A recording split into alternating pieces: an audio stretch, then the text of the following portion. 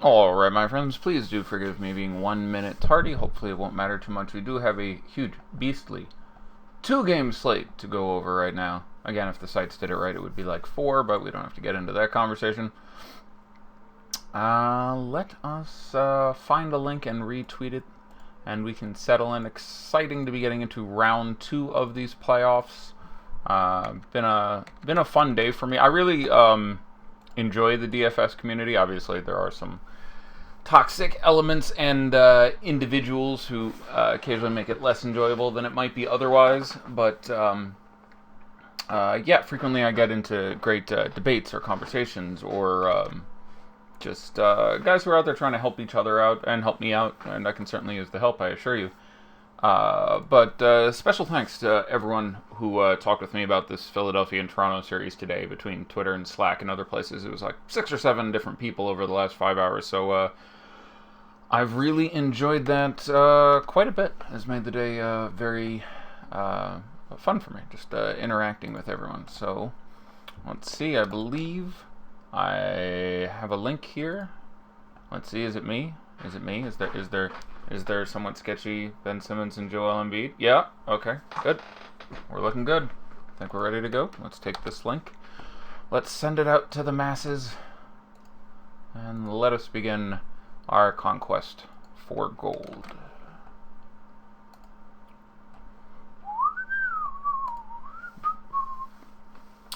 So again, 2 games this evening. The beginning game of round 2 here between the 76ers and the Raptors before the conclusion of the only game in round 1 to go, the only series, if you will, in round 1 to go 7 games, rather. The Spurs and the Nuggets getting it on yet again. We'll try to talk equally about both games. It wouldn't surprise me if we tilt a little bit towards the former. Again, if you're in the premium Slack chat, go ahead and tag me in the main basketball channel, and I will get to your questions first with priority, and then presuming after that there is more time, happily answer anything that comes in over the Twitter sphere. This first game for me was a particularly fun one for me to break down because of the amount of inference and research and looking at coaches' comments and previous tendencies and rotational differences and similar matchups, because all 4 of the times these two teams played this year occurred before the existence of Tobias in Philadelphia or Marc Gasol in Toronto, and those 2 acquisitions and the people who left in those acquisitions and the others who were relegated certainly changed things around. And Kawhi even sat in one of the 4 times they played this year. This is a particularly bad matchup for the Philadelphia 76ers. I have Toronto in 5 games, which is getting me no small amount of shit on Twitter. But I have Toronto winning this series in 5 games. If they were playing the Bucks, I would have the Bucks in 6 games. And the Bucks are the better team. This is not dissimilar to the Rockets playing the Jazz. The Jazz are a really good team. The Rockets are a really, really bad matchup for them. It was the worst relative matchup, if you will, really for each of these teams versus versus a vacuum in a fishbowl strength of their opposition. Where to go from here? A lot to talk about in this series. Cameroonians collide. Sorry, I've been wanting to say that all day. It's in my notes here, so we got that one out. In my individual player notes, I have individual notes for 43 centers at guarding Joel Embiid. I have only 2 with my highest possible ranking, and they are Marc Gasol and Al Horford. And who knows? Maybe he'll get him back-to-back.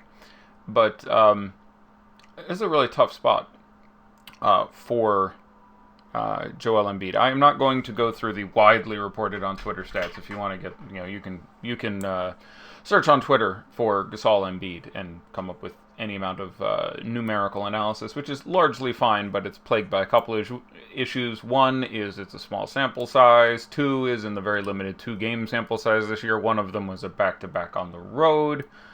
But suffice to say, in those 2 games earlier this year, and largely through the 3 games I believe they've played against each other previous in Embiid's NBA career, Embiid has not gotten anywhere against Marc Gasol.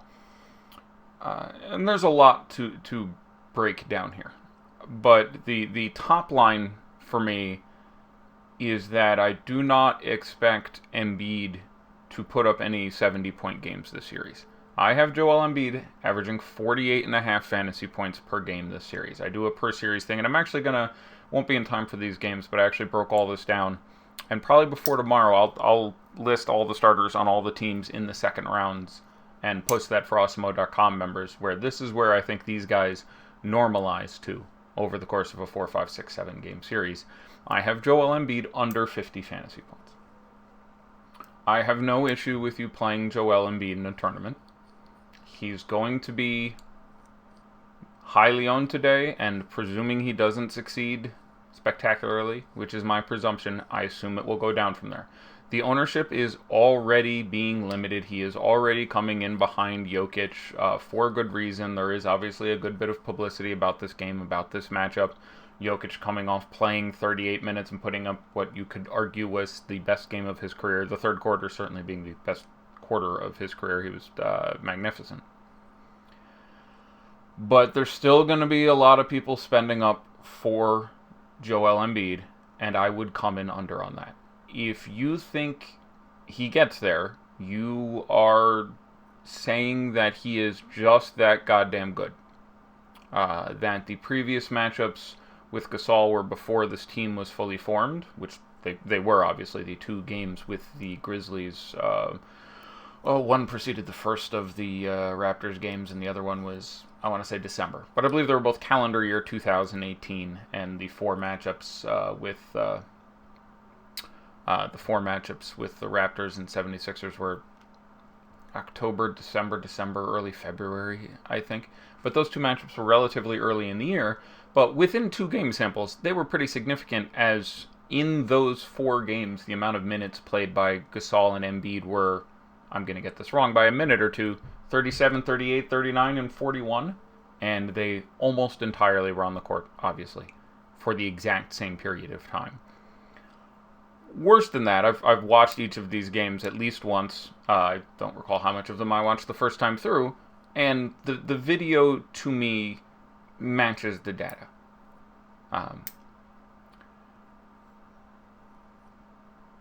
Gasol has matchups that he will struggle in.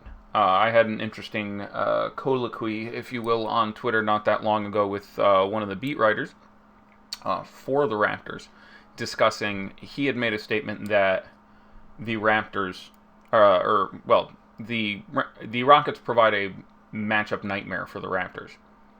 And I took issue with this, saying, I don't find that to be the case. And he's like, well, this is this, and this is this, and this is Harden. How do they deal with Harden doing this? And then I'm like, yeah, but that's not the Raptors. That's the Rockets are amazing in certain scenarios, and they are a much harder matchup nightmare for many other teams that aren't quite as deep. Joel Embiid and the style of his game is something that Marc Gasol can handle really quite well. And I've heard a lot of, Marc Gasol is so old and on the downside of his career, versus the 5 games he's played against Joel Embiid 7, 8, 19, and 22 months ago. Like, I would certainly agree that Marc Gasol is older than he was then. I'll give you he's lost a step, although, no, I won't give you he's lost a step. He was playing 38 minutes a goddamn game. Now he's playing 26 or 28 on playoff schedules and rest. And no, actually, I won't give you that. I'll give you Joel Embiid has lost a step since then. Remember Joel Embiid's early season form? Remember the MVP talk through the early part of this year? Okay, remember 38 minutes? All that junk going on? So, I'm trying to decide if it's worth the time going any deeper into this. No, I think that's enough for me at this point. I'm fine with playing Joel Embiid. I guess, spinning the rationale for playing Joel Embiid, he makes his 3-pointers. One of the ways he can get there is frequently in those games they just left Embiid alone at the 3-point line and went, yeah, no problem, go ahead, you do that. Marc Gasol really didn't bother going out there. You have a chance they ignore Embiid at the 3-point line. He gets hot and makes, 3 of 4, and then they're forced to guard him out there, and the defense breaks down a little bit, and he gets a little more action going and gets there. I mean, when you look at Embiid tonight, you are really comparing Embiid more or less, you are comparing Embiid to, like, most directly Nikola Jokic. And sort of secondarily to Kawhi Leonard and Ben Simmons and other spend-ups. It's not really close with Ben Simmons. I would rather play Joel Embiid than Ben Simmons. Depends on the price. Obviously, the number is down on Ben Simmons, which it should be. But it's obviously much cheaper. You're saving, I think it's $1,800 on DraftKings. I would still rather play Joel Embiid. Yeah, this would be harder for me if I thought Joel Embiid was 100% healthy. Because then I'm looking at, what if he plays 38 minutes? And again, that's not out of the realm of possibility. Had a couple days off. In the Nets series, played 24 minutes, 21 minutes, then took a game off, and then shocked the socks off me, came out, played 32 minutes, more minutes than I thought was possible, played much better than I thought he could, and scored, 2.5 fantasy points a minute over that period of time. Was just brilliant. Could that happen again? Sure. But I guess my counter argument would be, let's assume that happens again. That was good for 77 against the Nets. How much is that good for against not just Marc Gasol, but the Raptors, who are a far, far better defensive unit, and are just going to not let things break down as much as the Nets frequently would. So, for me, if he's still going to be 35, 40% owned or something like that, I would play none. Not dissimilar to the Derek White thing, where obviously if you were building, doing it normally, you would end up with some and be under the field if you were me. I just enjoy on very short slates, 1 game, 2 games. It's easiest for me to just go, yeah, I don't think that guy gets there. He's going to be, Derek White was 30% owned. Joel Embiid's going to be 35, 40% owned. I just don't think that guy gets there. I'm going to go with none of that and see how it works out. For me, at center on DraftKings, you should be playing Nikola Jokic, and then you should be playing Jakob Poeltl. Yeah. Those are the guys you should be playing at center there for me pretty significantly. You can obviously play Marc Gasol, Joel Embiid. There are other guys to put out there, but I feel strongly about that as a 1-2, especially when now I'm opening up the possibility of 40, 42 minutes for Jokic in a closeout game, which isn't impossible at all. He played 21 minutes in one of the halves recently. No, I would not be in any way surprised. I haven't projected for 39. I wouldn't be in any way shocked to see 42 minutes out of Nikola Jokic tonight. Really hard for me not to like that. So that's enough time on that individual matchup. People have asked me about the defenses, and there's, again, a little bit of guesswork here. And we'll talk about this tomorrow or perhaps Monday when we get the results in. But for most likely guys to be defending each other in this matchup, I think you will see Gasol be the primary defender on Embiid, Kawhi on Ben Simmons, Pascal on Tobias, Danny on Jimmy Butler, and Kyle on JJ Redick. Those last two, the ones that are obviously a little dicey, but I do think that's how it goes at this point. Opposite around, I think you have Embiid on Gasol. Obviously, I think you have Redick. I almost assume you must have Redick on Danny Green to make this possibly work out for him. You have Simmons mostly, although only a little bit more than Butler on Kawhi. Butler a little bit more than Simmons on Lowry, though Simmons will get a fair amount of share, and Tobias Harris will do his very best to guard Pascal. So what does all that lead us up to? No, yeah, that's. I mean, yes, Lord Masai Ujiri specifically got Marc Gasol for this. I mean, literally there were absolutely 100% positively occurred and confirmed conversations where they went, we think we can get Marc Gasol. We're going to probably have to play Philadelphia. It's worth it at the price they're charging us for just that, if nothing else. Like that was a very real thing. Let's see. So the Sixers really need to push the pace. That's incredibly difficult in this spot, but they need this game to be faster. There would be a correlation if you were sports betting and DFSing between hitting the over and the 76ers performing better pretty significantly. Mentioned that, Redick is going to attempt to cover Danny Green. He is still, they're going to try to beat him up a fair bit. If there was one of the starters on the 76ers who I was concerned about being minimized and losing minutes in this series, it would certainly be J.J. Redick pretty significantly. Not really concerned in any such way with anyone on the Raptors. You can still very easily play J.J. Redick today. He is very, very cheap. Fulfills the worst position on FanDuel where there's literally 5 vaguely playable small forwards.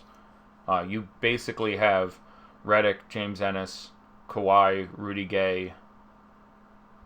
I'm forgetting one, but small forward on FanDuel is an absolute nightmare. So especially there, yeah, by all means. And he's dollar per dollar cheaper. That makes lots of sense. On DK, $4,700 is inexpensive. Fills, whatever it is, 6 of your 8 lineup spots. 7 of your 8 lineup spots. I think he's shooting guard small forward, so he can't be point guard or center. 6 of your 8 lineup spots. So he's fine to play today. And again, that is, I don't particularly like him today, but even that is advanced by the fact that the value is still pretty shit. I would rather play Torrey Craig, who saves you $300 and plays the exact same positions. Let's see, other things. It will be interesting to see if the rotations match up exactly where they literally check in and check out Marc Gasol to match Joel Embiid. It really wouldn't surprise me. They don't want Marc Gasol to play 39 minutes, and Joel Embiid isn't going to. Ibaka is just not going to do the job that Gasol is. So it'll be really interesting to see if Marc Gasol gets much more Joel Embiid type rotations with shorter stints, which would be good for his fantasy production as well. But I like him a lot in tournaments. He is just well too cheap. In one lineup, I'd rather play him in a tournament than what I expect to be chalkier Jakob Poeltl, but it is not by any means a great matchup for him. Even limited on one knee, Joel Embiid is a defensive force, and there's just better matchups. You can go after J.J. Redick, and you can go after Tobias Harris. Why the hell are you going to go after Joel Embiid? So, fine with him in tournaments. And there is an upside there, his ability to pick up, lots of peripherals, but it's certainly not something that on paper would be super.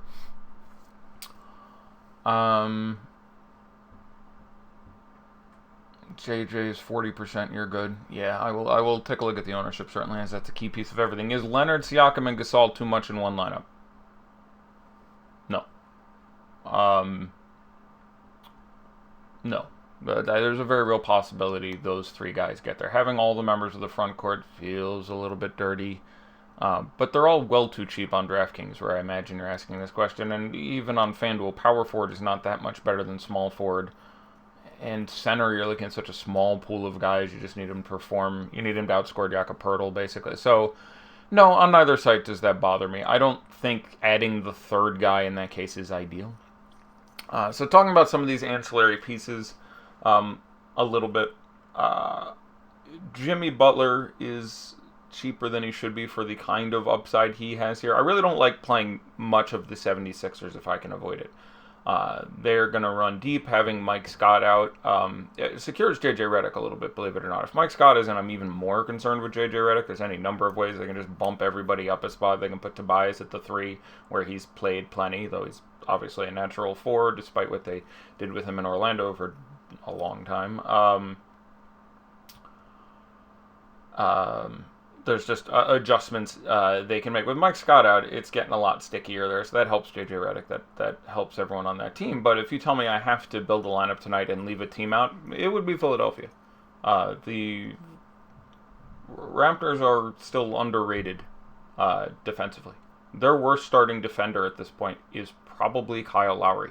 And Kyle Lowry is a well better than average defender against most guys. Kyle Lowry is strong and tenacious for a point guard. He's not necessarily quick. He's a stronger but slower Pat Beverly. Is a bounce back spot for Barton. He's the min on Yahoo. He's fine to play. Both Barton and Malik Beasley basically saw, again, you dragged me to the other game, but they both saw 20 minutes in the last game.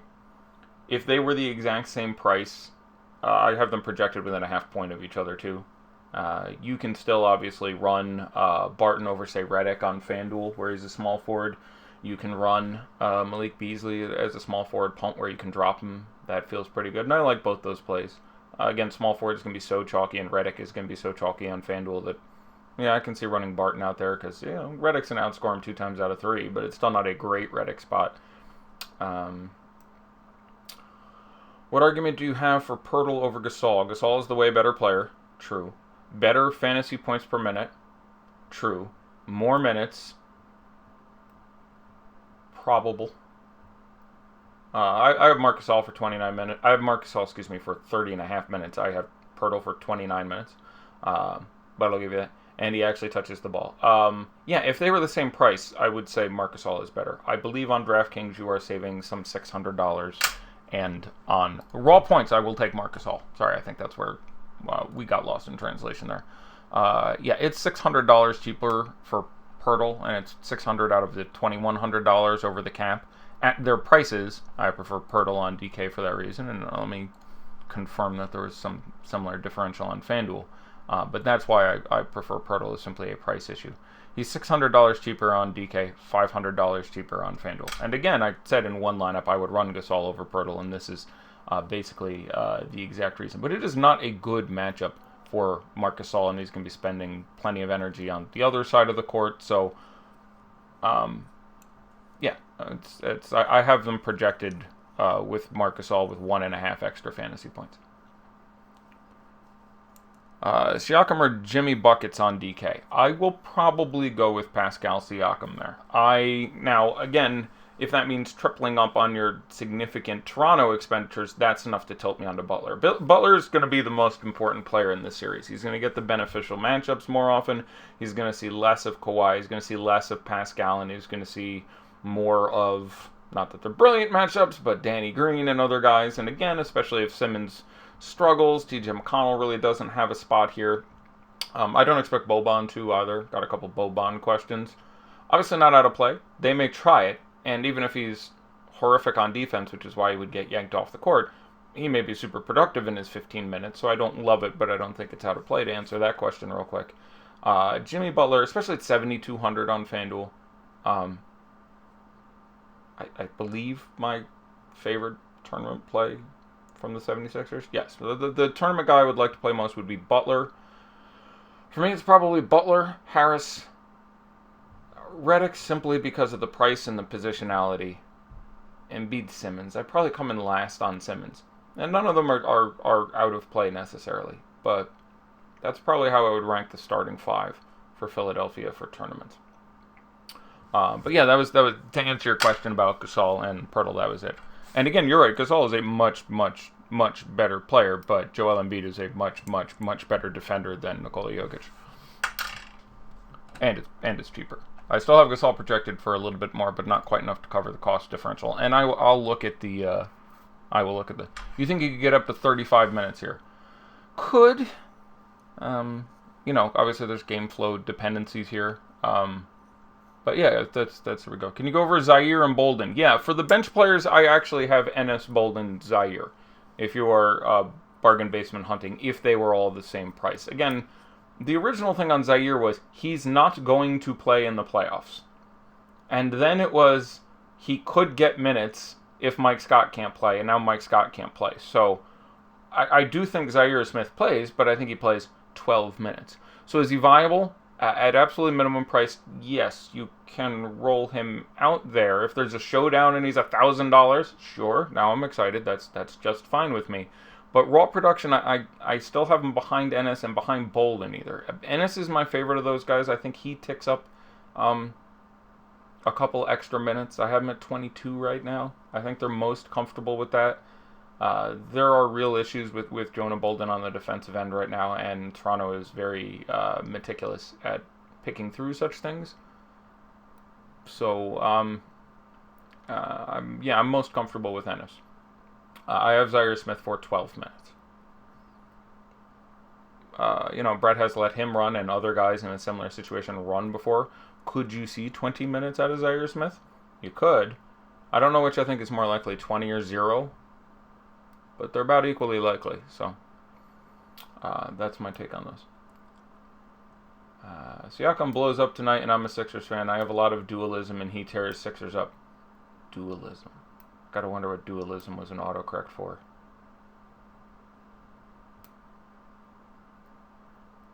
Siakam.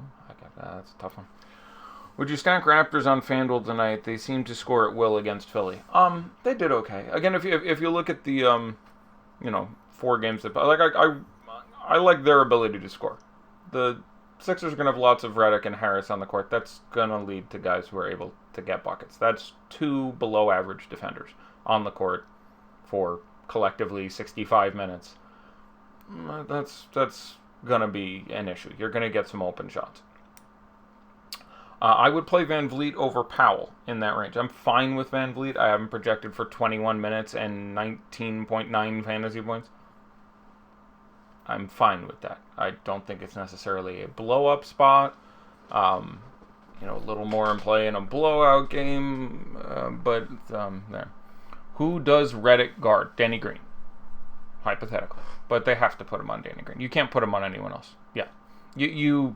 Kyle Lowry will bully the shit out of him, and everyone else is just too big.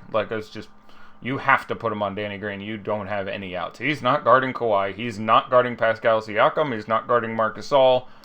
Your second choice would be Kyle Lowry, but that would not go well.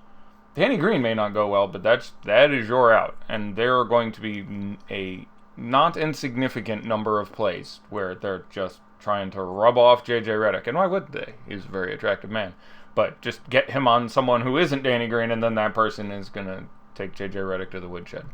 That's the plan, anyway. Obviously, there's going to be lots of helping and switching. But you just tuned into the show. Thoughts on Ibaka on FanDuel? Is he like 5K on a power forward? I'll make sure I get this right. 5,300. I wouldn't go there unless I absolutely have to. I don't think I'd have any in anything less than like 100 lineups. You need something weird to happen. It's a 2-game slate, so you're on something weird happens. You're on Joel Embiid gets Marc Gasol into foul trouble, which isn't crazy. Joel Embiid is one of the best get guys into foul trouble you will ever see.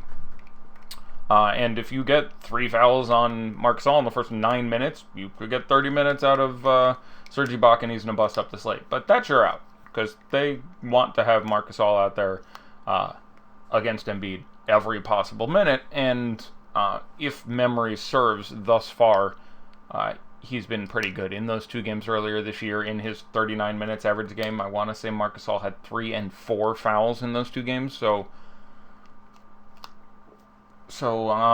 yes, I think it's a fine GPP play. He'll be low owned. The position is shit, which really factors into the equation when you're building on FanDuel. DK, one of the reasons I enjoy the building experience more on FanDuel than DK is a whole lot of like, let me take my best 8 guys. Hey, they fit every position. Nice. I didn't have to do anything. Really bothers me. FanDuel on power forward or vice versa today is pretty, well, there's some issues. I like LaMarcus Aldridge a lot. We've talked about that several games in a row now. No different today. It did better last time, put the ball on the floor, faced up a little bit more, but has looked good regardless. But $9,400 is pretty goddamn significant. It's $300 less than Kawhi. Okay, and I'm already said I'm paying up for Kawhi. I'm paying up for Jokic. And Pascal Siakam is $1,100 less, who I've projected for 1 fantasy point less than Marc Gasol. I really like Pascal Siakam here.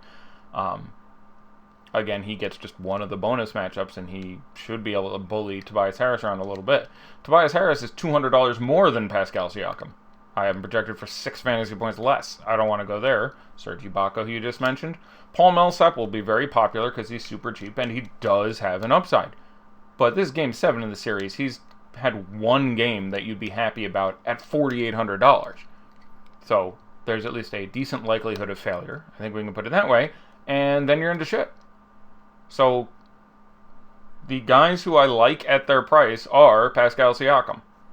After that, you're playing Paul Millsap just for the value and the fact that, yeah, he obviously could get there. I think he's got 6 games this series. He's got 35, 23, 19, 17, and it's bad.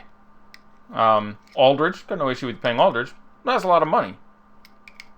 So I'm fine with you playing Serge Ibaka on FanDuel for that reason. And again, that's one of the reasons I like FanDuel. Is you have to sort of think like that. Any Patty Mills love? I have quite a bit of Patty Mills love. I had a lot of Patty Mills love before the last game, and it was really justified. Minutes came up to 27. Derek White struggled, as he had several games in a row, because Gary Harris is eating his lunch and drinking his milkshake. And he's the most likely direct beneficiary. And he was good for 25 fantasy points in that game, shooting whatever it was, 1 for 9 and 0 for 7 from 3. I'm trying to remember Patty Mills' line, but he shot like balls, or he would have put up 35 and been goddamn brilliant. Craig or Serge, DK, raw points.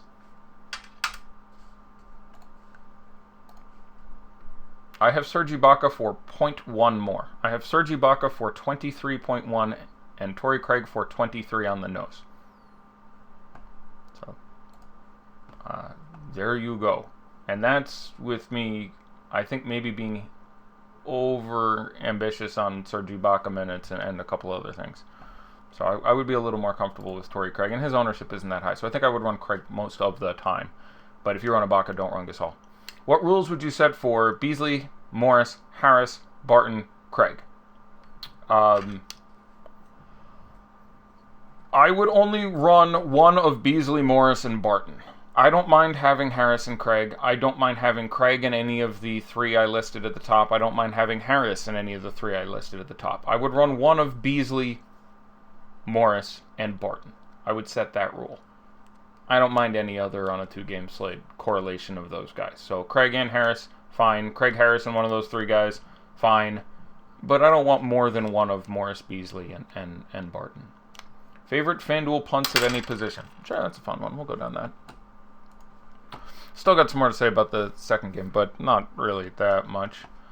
Let's do favorite punts by position. We've got time. So, Jesus Christ. Yeah, Bryn Forbes pretty clearly a point guard. Although points per dollar, I would prefer Fred VanVleet and slightly prefer Patty Mills. So if you have the money, play Patty Mills. If you don't quite have that much money, play Fred VanVleet. If you don't quite have that much money, play Bryn Forbes. If you don't have that money, I'd probably play TJ McConnell over Jeremy Lin, Jordan Lloyd, people in that class. With Scott out, there's a chance he gets time. It's not going to be pretty, but there's a chance, and there has been a correlation with those 2 guys. Shooting guard.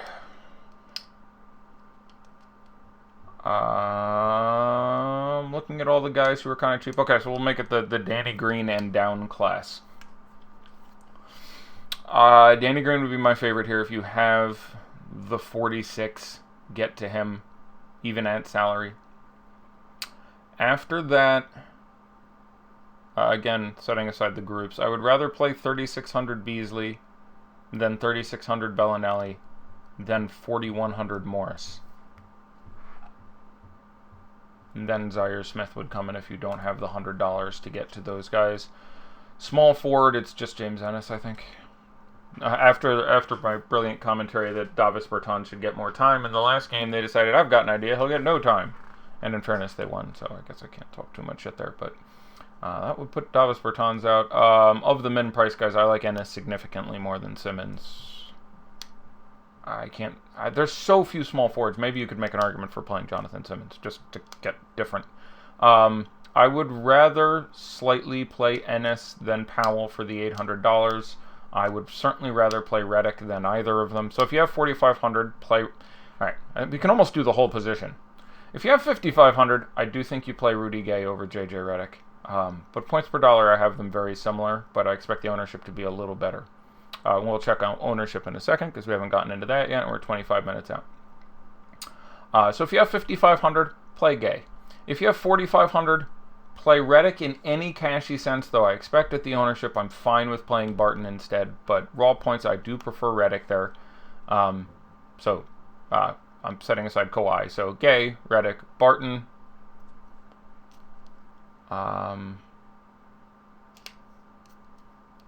If you have only 43, Powell is fine to throw in there. If you have 35, it becomes Ennis. That is the entire position. Small power forward, I think it was just Jonah Bolden who I had any degree of comfort with.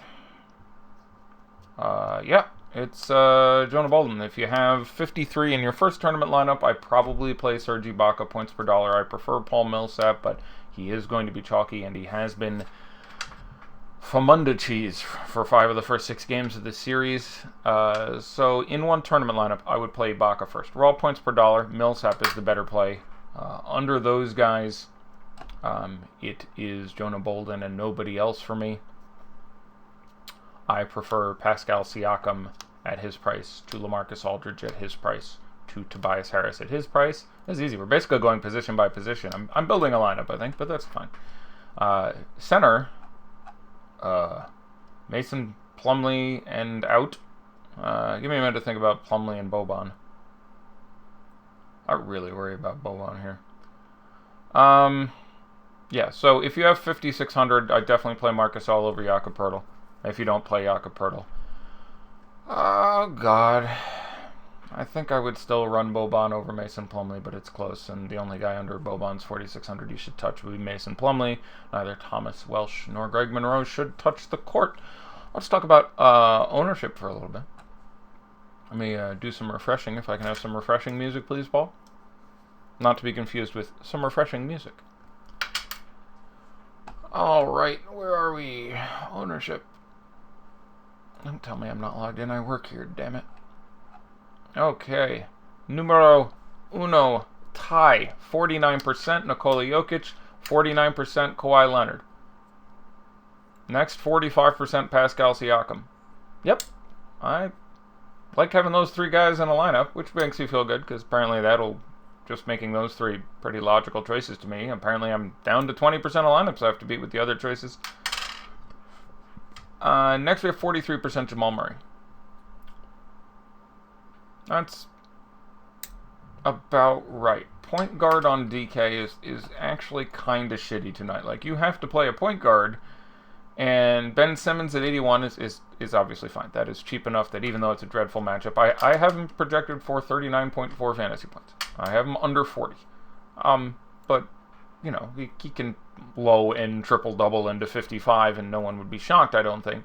But it's a tough spot. Kyle Lowry at 7,000 feels fine. Going to be fairly chalky himself. I'm click and look, but I bet he's somewhere in the 30, 32. See? But I get $6,300 Jamal Murray at a pretty tough position if you don't want to play Lowry with everybody healthy, which makes a fair bit of sense, and pay up for Ben Simmons, and then you're into sort of pay down options. So I get 43% Jamal Murray. I don't want to have that much Jamal Murray, but you'd end up rostering a significant amount regardless. Let's see, other guys. We have Aldridge 3% over DeRozan right now. If that's remotely correct, you should play Aldridge and not DeRozan. They made a change in the lineup, after which Aldridge has outscored DeRozan, I believe, 4 consecutive games, which I expected to happen and said before each game.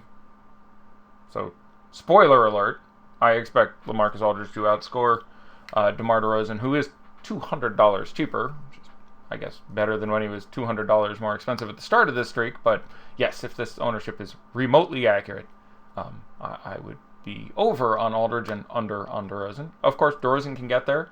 He was good last game. He wasn't as good as Aldridge. But, you know, I said before that show, I said, I worry about the matchups due to the rotation changes by the Nuggets for Derek White and DeMar DeRozan. Derek White, I would probably have 0. DeMar DeRozan can certainly still get there. He's actually performed well against Craig and Harris and blah, blah, blah. So, I feel exactly the same today. Actually, let me pivot off that statement a little bit. I'm much more excited about playing Derek White today than I was last game. Last game was particularly bad for him, though he salvaged it all at the end and ended up in the mid-20s again. The price has come down a little bit on FanDuel especially. I think DK may be in the exact same spot. FanDuel has come down to as cheap or cheaper than he is on DK. As we mentioned, point guard is pretty bad, and even in a bad matchup, he's a player with the, you know, he will have a good game every 5th game or something. So last game I said I would play 0 Derek White. I think if the field's going to be around 15% here, I'd end up with about that much Derek White, which feels weird. But that's the difference between, especially on FanDuel, the price coming down and the ownership halving and the position being hot garbage. So, but would rather Jamal Murray in almost every case for only $600 more on DK. I really like Patty Mills. I think he's very undersold as a value play on DraftKings for $3,400. Either guard position. I'm fine with him if Derek White isn't shit and things don't go the way I necessarily expect them to and everything isn't brilliant. Just 20 minutes of Patty Mills is going to be worth, on average, 16 fantasy points or something like that. which on a 2-game slate for $3,400 really doesn't feel that bad. So Patty Mills at 11% ownership, probably my favorite value play on DraftKings. Can play 18 minutes and score 9 fantasy points. That is in his realm of possibilities, and it's not a single-digit % chance either. But 3,400 with a chance of seeing. Sports hot take. Feeling anything today? Yeah, I apologize for not sticking on the sports betting, but I will say the process has worked. That being that I am not a sports betting guy, but I look at the lines once a day, and something occasionally jumps out at me, and I go like, I feel significantly different than that. Let's bet it, and we're 5-0 in the postseason. We haven't missed yet. I think if I made it a thing every day, here's my daily sports bet, I might be losing, but that would have been, 13 bets, and instead of 5-0, I think we'd be 8-5 or something. So, apologies for, again, not having a hot take, but I do think it is for the greater good. People responding to, don't go to Philadelphia, you will be beaten with a lead pipe. I respect your commitment to your basketball. How many Nuggets are too many in a single lineup on FanDuel in a GPP? Well, let's assume you got 2 value guys in there. Go ahead and write me back with the exact guys. We got 16 minutes, so you know who you are who asked that question. Send me, is it okay to have these guys in a lineup? Because it really depends on the guys. You have Jokic, that's good. Everybody has Jokic. It's a 2-game slate, blah, blah, blah. And again, let's look at our projections on FanDuel for center, because I'm kind of curious about that. There is a point of ownership for which all non-ridiculous plays, like there's no ownership point at which Haywood Highsmith is probably the correct play. You tell me he's 0.0001% owned, I'll still have 0. But there's a point at which Joel Embiid is a good play. So if on FanDuel, and I haven't looked yet, but I will guess Jokic is going to be mid to high 50s. Actually, I think not enough people are Embiid smart yet. I'll roll that back. I will say high 40s. And I think Embiid is going to be 25-ish. If those are the numbers, then no, that's fine. I would zero out my Embiid. That's how I look at this. But if it was 65 to 12, I would be on the horns of a decision. Here we go. FanDuel. Nikola Jokic, 42%. I'm glad I rolled it back. It's even less than I thought. I have a feeling there's no way this Embiid number is going to scare me away. 26%. That's okay. I'm good. That's not... I mean, it's a real... You can sort of do a very simple math equation, whereas if Jokic will if they were the same price, if Jokic would outscore Embiid 2 times out of 3, he should be twice as highly owned. So let's assume they're the only centers on the slate. If Jokic would outscore Embiid 2 times out of 3, Jokic should be 66% owned, and Embiid would be 33% owned, and that would be the point of equilibrium, equanimity. That's where it should be. So when you look at, hypothetically, 42% Jokic and 26% Embiid, running the math the same way, I need Embiid to outscore Jokic if they were the same price, and they're not. I believe Embiid is higher. No, he is not. He is $300 less. So that would factor into the math some way we don't have time to do right now. He needs to outscore Jokic like 38% of the time if I'm running that algebra backwards correctly. But it's in that ballpark. I don't think he does. So I would be over on Jokic and under on Embiid. But that's the math there, if you will. Let's see, things. If you're not playing LaMarcus Aldridge, do you like going to DeRozan, or would you leave it alone due to a bad matchup? It's not a bad matchup by the standards of this slate.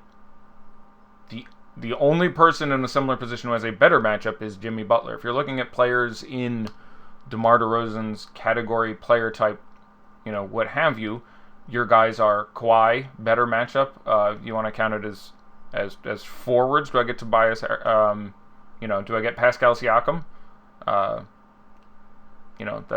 That's I suppose a better matchup if I can have him as well. But DeMar DeRozan has a better matchup than Jimmy Butler does. No, if you're not playing Aldridge, your question was if I'm not playing Aldridge, do I like going to DeRozan? Yes. If I have a lineup and I'm sure I won't have Aldridge in it, the first player I would generally want to get would be DeMar DeRozan. It's not a must for me. That game can go under. They can get blown out. They can do the blowing out, though a little bit less likely in Denver. But you could play Gay and Pirtle, and I think that's a perfectly valid lineup on a 2-game slate. The weirder lineups, just again a game theory thing, the weirder lineups, like having no Aldridge and no DeRozan, that's pretty weird. That's not super weird. Something like, I will top of my head at 20% of lineups will have no Aldridge or DeRozan. I guess I will. Let's look at their ownership on DK, and then I'll make a more scientific guess, because some will have both. We have Aldridge 39 and DeRozan 34. So at least 27% of lineups will have neither. So it's not as weird as I thought. And that does generally feel kind of wrong. For reference, I think that number should be less. I think a quarter of lineups with neither of them, I mean, I can see it. You play, I guess it makes sense. You always have to amortize in the values of the other players in the other games. So maybe it's about right. Because you have, I want to play Jokic. Sure. I want to play Kawhi. Sure. Then, if you play Pascal, how much the hell money do you have for off forwards and wings and stuff? So, I don't know. Maybe that's okay. But anyhow, the game theory question there is, how many lineups will have neither of them versus how many do you think have both of them, and all the various factors there. So, good questions, though. I appreciate that, and I'm glad you like the show. One of the nice things about being alone, and there aren't many, because I think it's a worse show. There is no one who I host shows with who isn't a very smart person who at the very least poses some smart questions to me. At the very least. Very rarely does the other person not have a better take than I do on something. I make 56 takes a day. If it's me and, this beautiful statue of Lawrence Taylor here, there's a decent chance this beautiful statue of Lawrence Taylor is going to know some shit that I don't. But at the very least, it provokes an interesting question that I can't, which is why I love having you guys give me input on the show, because you make the show better. But the nice thing is that I don't have to stick to a format, and so I've gotten a lot of positive feedback on the stream of consciousness, me babbling about shit show format, which works on short game slates, so I imagine we'll keep it up through the end of this season, maybe into Summer League, hint, hint. But there you go. Why did Malone leave Barton in Game 6 when he was awful? God fucking knows. I apologize for my language. Hi, Yahoo. But I have no idea why. As someone who was strong on Malik Beasley, because in the previous game, and in all the games, it looked like he had a secure 26, 27, 28-minute role, and he instead also got 20 minutes with Barton, who was dog shit terrible, which has been the case 5 out of 6 games, a la Paul Millsap. I was surprised and disappointed. I was a Malik Beasley that day away from being pretty close to perfect. So that was very, very frustrating for me. But I don't know why. I don't have a good answer. It was not his defense. Lawrence Taylor, Tecmo Super Bowl GOAT. Yeah, him and Bo Jackson are deep in my heart. Can you talk Gary Harris versus Craig on FanDuel real quick? I slightly prefer Gary Harris. It's a great question. I actually have notes here on Gary Harris versus Torrey Craig. At the same price, I have him projected for a little more. The ownership is not significantly different, so I would rather play Gary Harris. I just project him for a little bit more, and the ownership isn't enough of a turn. And I like both those plays for what it is worth. I think those guys are priced very well at under $5,000 on FanDuel, so I like having those guys. I like having both those guys, and there's no reason you can't have both those guys. They're the starting 2 and the starting 3. As I said before, when someone asked about the rules breaking those guys up, yeah, Barton, Beasley, Morris, that trifecta of guys, there is some cannibalism. Craig and Harris, you can run both their asses out there. I would slightly prefer Harris. DK's single lineup GPP, pick one to fade. Jokic, Pascal, and Kawhi. I'd fade Pascal. I don't want to. Again, actually, that's an ownership question. I like Kawhi more than Pascal. A rare matchup that he has been good in. I expect him to be continued. They don't have answers. Playoff mode him is a real thing. But it always comes down to, yeah, we have 49% Leonard and 45% Pascal. I would fade Pascal of the top 3 plays. Those are the top 3 guys. Jokic, Leonard, Pascal. If I'm fading one, it's Pascal Siakam. It has to, in common sense, by the way, be one of the Raptors, right? Like, the easiest way it works out is one of them gets 72, and so the other one on the Raptors there gets 35. It's the most likely way either Leonard or Siakam fails is probably the other one going off. Obviously, Lowry could do it. Hypothetically, Danny Green or Marc Gasol could put their thing down, but I think we know what we're talking about. Questions. DK, single line. Yeah, we did that. Aldridge and James Ennis or Redick and Butler on DK. Let me see if it matters what else is in your lineup.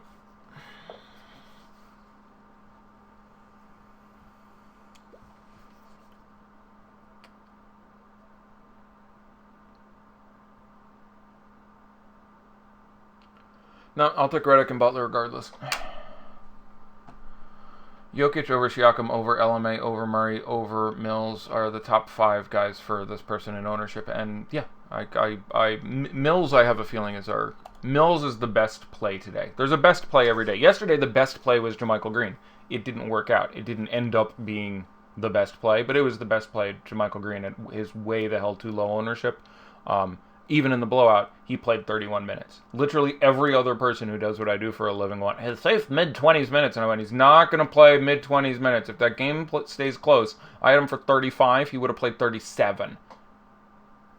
Anyone with a set of eyeballs should have seen that. So frustrating for me when you make the right play and everyone else is a potato and it still doesn't work out. But yeah, the best play today may very possibly be 10, 11, 12% on Patty Mills at 3,400 on DK. How many Spurs would you limit in one lineup on DK? It depends who the Spurs are. Like, if you say 4, sure, I can see running Mills, Bellinelli, Pirtle, Aldridge. I feel differently about Gay, Pirtle, Aldridge, DeRozan. So too many, more frequently you have to tell me the guys. You kind of don't count guys who cost 3K, 3,400. Looking for Mark Fastens. Best utility play under $5,800. God, don't make me say Derek White. Don't make me do it. I don't want to do it.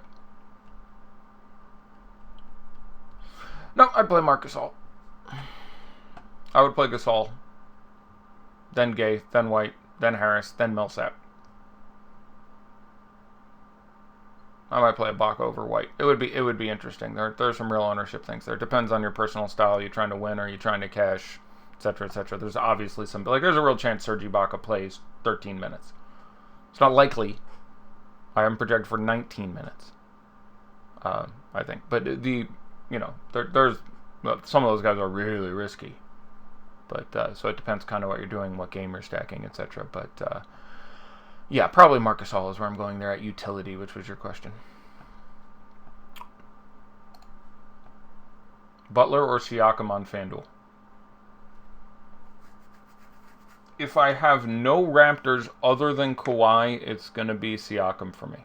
If I have other Raptors, each one is going to push me a little more towards Butler, especially if I have no 76ers. So it kind of depends on everything else in the lineup. Can you play White and Mills in the same lineup, FanDuel and DraftKings, please? Yes, on FanDuel, because you can drop a 4,700 or whatever, and it isn't the end of the world, and likely one of them ends up being pretty decent. I don't think it's good. But I think that lineup is fine and unique enough that it can work out. And they play next to each other. Last game, I think they both played 27 minutes. They were next to each other at least 6 minutes there, for example. So, yes, you can certainly do it on both sides at those prices. San Antonio or Denver? Denver. At the start of the series, I picked Denver to win it in 7. I'm sticking to my guns. Kawhi and Bellinelli or Aldridge and Ennis DK GPP if playing Siakam? I will stick with Kawhi and Bellinelli. Lowry or Murray raw points? I have Lowry for 1.5 more.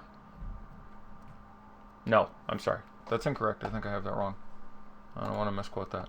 I think I actually have a greater difference between those two guys. I got to pull up my projections for that game again. But I believe I misquoted that. I do not want to get it incorrect. So let me do that again there. Where is it? I have Lowry for 3.2 fantasy points more. Sorry for the misstatement there. But I have Lowry around 36 and Jamal Murray a little bit under 33 on average. It should be pointed out that the delta, the variance in the Jamal Murray number is much bigger. Okay, going into sort of scan mode for a little bit here. We got 3 minutes and change. I would not expect after days off. And feel free to send additional questions, and I may or may not get to them. But wouldn't think there would be multiple more questions in this format.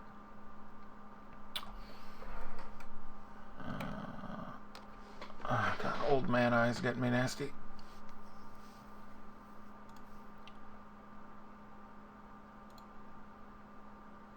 There is a FanDuel $2,000 shot that's 186 out of 536 with 2 minutes and change to go for the full roster. That seems advantageous. It's the only thing scrolling through here, but thanks for the heads up to whomever sent me that. And it's true, I'm looking at it, so overlay is the greatest of things.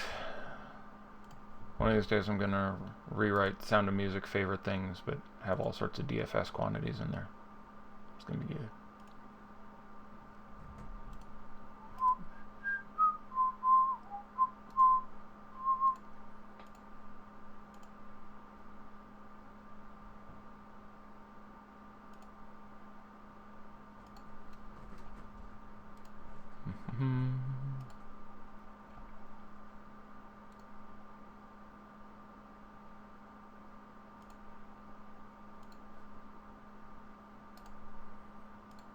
Not a whole lot super interesting here, boyos.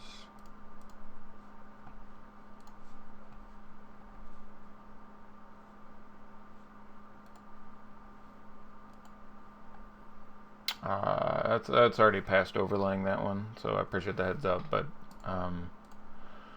doesn't seem terribly likely to. I mean, it may rake a penny less, but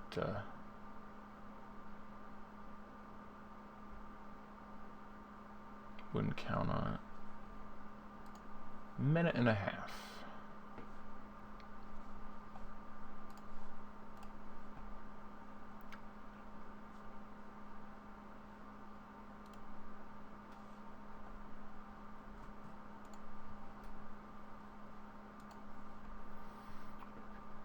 Sorry for the dead air.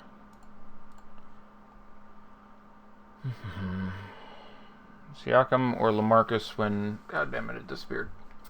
Siakam or LaMarcus when you have Kawhi for Yahoo Cash. I will take LaMarcus Aldridge if there's no extenuating question. Rather have dead air over smelly air. I'm not even sure what that means, but good. I'm Ron Burgundy.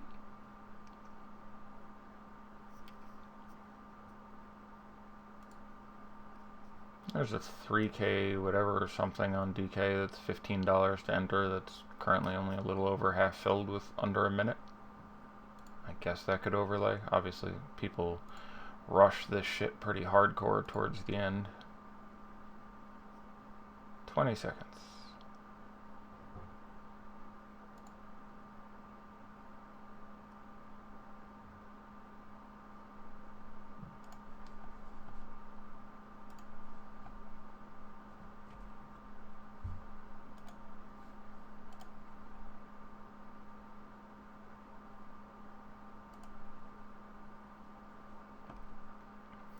We're locked. Okay. Well, let's take a look at some numbers. Back to DraftKings contests. They had another. They had again some very significant contests, and shout out to them and FanDuel for creating and continuing to fill significant contests. Again, I wish they chose the very obvious and very easy for them to do format that would not be shit, but you know, over time. 400K contest with 100K to first on DraftKings. Usually we do FanDuel first, so we'll do that one and real quickly look for what do we got on FanDuel? 333, was that it? Yep, 333.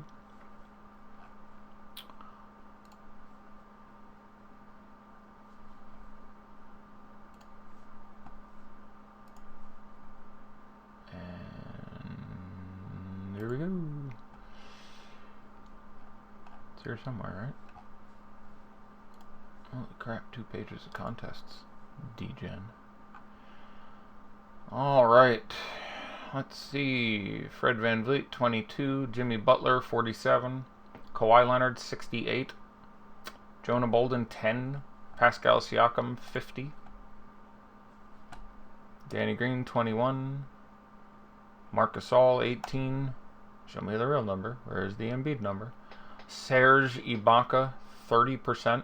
See, like, I'm playing Serge Ibaka, I wanted a smaller number than that. But again, 2-game slates having to play 2 of a position on FanDuel, you run into some stains. Marc Gasol, 18. I'm guessing Embiid is going to be pretty low since I can't find one. Joel Embiid, 29. Yep, I'd have less. Like, he needs to outscore Jokic. Almost all the other numbers don't matter. Like, he needs to outscore Jokic. How many minutes do you have Embiid for? I have 31. How many minutes do you have Jokic for? I have 39. Jokic's matchup is well better. It can happen, but 29% is too big a number. Again, if that number is... And, by the way, your Jokic number is going to be pretty nice. Because that's 29% Embiid, and what did I have on Gasol? 18? That's 47. So we've now capped our... we've capped our ownership on Jokic at half, basically. Counting Pirtle in there, I got a feeling Jokic is going to be like 41% there. So DK, we were looking at seeing a lineup here. You got Kawhi at 57, Siakam at 40. That would have had me very close between liking those two guys. It's a little less than we thought on Siakam by about 5%, and a little more than we thought on Kawhi by about 5%. But we got Embiid basically right on at 31%. Yeah, at that point I'm going to come in under. So Kawhi Leonard, 56.5%, fine. Pascal Siakam, 40%. I'd want more than that. And again, somewhat unbelievably, there are at least 4% of lineups that have no Siakam and no Leonard, and probably closer to 10 or 11. JJ Redick, 34%. I'd really like to have played less than that. Jimmy Butler, 34%. Feels about right. Kyle Lowry, 33. I'd have less. Embiid, 31. I'd have less. Danny Green, 27. Begrudgingly, probably have about that. Serge Ibaka, 26. Yeah, like, I thought you could get Ibaka in, like, the mid-teens. He's 26 and 30% on the 2 sites. I can't go with that. Marc Gasol, 26. Like that a lot. Tobias Harris, 21.5. Ben Simmons, 19.8. Freddie, 14. Norman Powell, 10.5. James Ennis, 9.3. Boban, 4. TJ McConnell, 2. Jonah Bolden, 1.5. Zaire Smith, 1. Jonathan Simmons, 0.32. Greg Monroe, 0.15. Jody Meeks, 0.1. Pat McCall, 0.1. Jeremy Lin, 0.1. Furkan Korkmaz, 0.1. Amir Johnson, 0.06. Shake Milton, 0.02. Well, someone here must have played themselves. OG Anunoby, 0.01. Still recovering from his appendectomy after recovering from his concussion. Congratulations. You have played yourself. Well, there we are, everyone. I think we got 2 games again tomorrow. Apparently, every day that they throw out, a 400, like a 300K plus on both sites, I am going to show up. When that number shrinks to, 100K, I will begin taking regular days off. But if they're going to keep having $50,000 and $100,000 to first, I got to go after that money for y'all. So I will be in here swinging on those days. Hope you enjoyed the show. Looking forward to your feedback, constructive and otherwise. And without further ado, bon chance and good luck.